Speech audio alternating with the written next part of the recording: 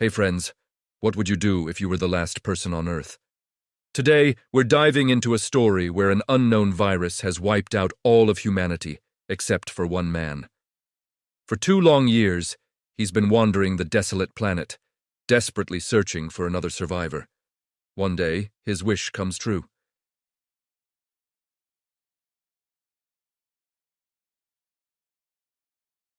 Our story begins with Philip, the lone survivor of a global pandemic. After years of fruitless searching, heartbroken and defeated, he returns to his hometown. On his way, he spots a billboard and scrawls a hopeful message. A human is still alive. Back home, he decides if he's the last man, he might as well live like a king. He moves into the grandest mansion in town and fills it with priceless art stolen from museums, an Egyptian mummy's coffin, and even a dinosaur skull for his dining table. Life is a strange mix of luxury and loneliness. At night he prays for forgiveness for his solitary habits. Mornings are a struggle. With no running water, he uses bottled water for his bathroom needs. Hunger sends him to the supermarket, where he blows the door open with a shotgun, loads up on food, and grabs a few dirty magazines. His evenings consist of sipping expensive wine, a quick prayer, and then heading to bed. To fight the crushing boredom, Philip gets creative with destruction.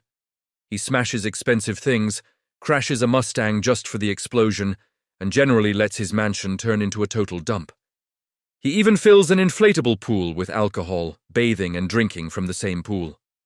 When nature calls and the regular toilet is buried under junk, he improvises a new one over the swimming pool using a diving board.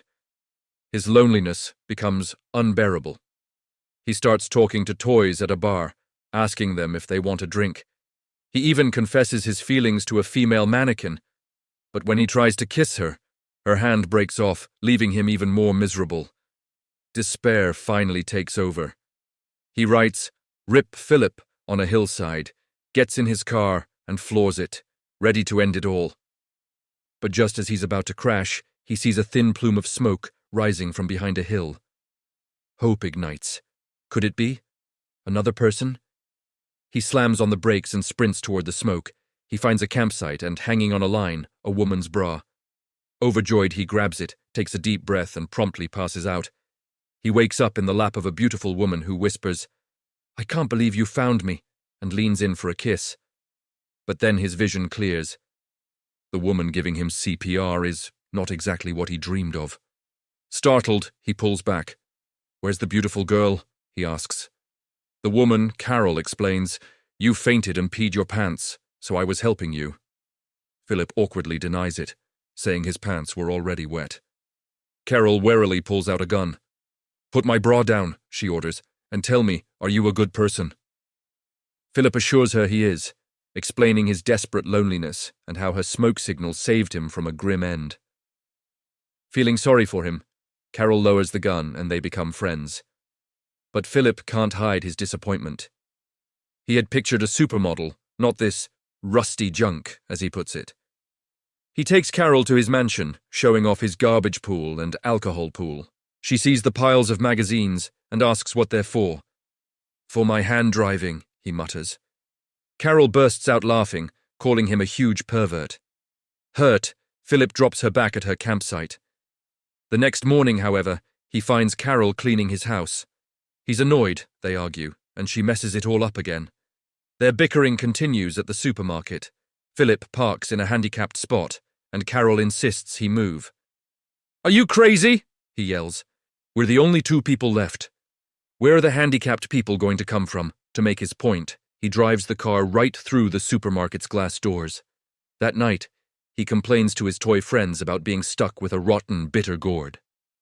The next day, Carol moves in next door. When Philip asks why, she teases him about his dirty habits.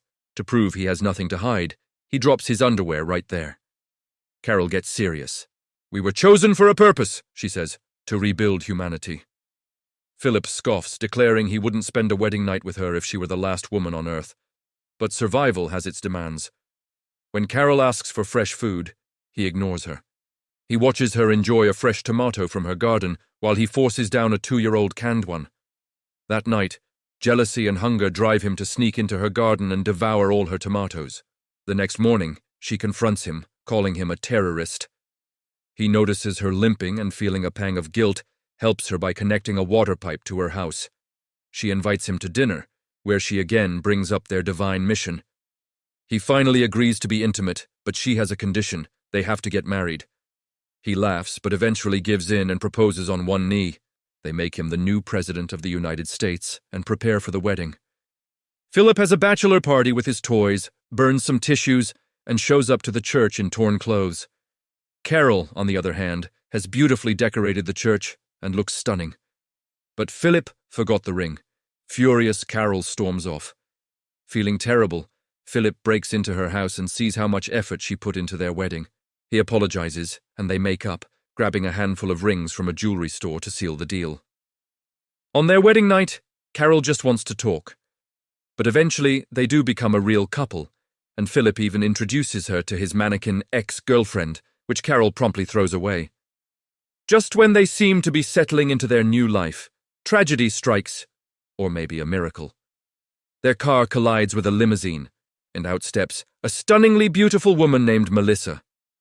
Philip is speechless. Carol, surprisingly, is happy to see another person. Melissa explains she saw the billboard and has been searching for weeks. Philip instantly regrets marrying Carol. They all go back to Philip's house. Melissa is impressed by the art, but Carol warns her about the toilet pool. Melissa decides to find her own place. Philip, completely smitten, shaves and tries to impress Melissa at dinner, agreeing with everything she says. That night, Melissa appears at his door.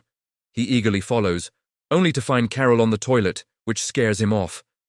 The next morning, Melissa invites Philip for a beer. He lies to Carol and goes, but just as he's about to confess his unhappiness with his marriage, he sees Carol has framed their wedding photo in a heart shape. His guilt returns. Just then, another car pulls up. Another person has seen the sign. Who is this newcomer? How many people are really left? And will Philip ever get his dream wedding night with Melissa? We'll find out in the next video. Thanks for watching, and don't forget to subscribe.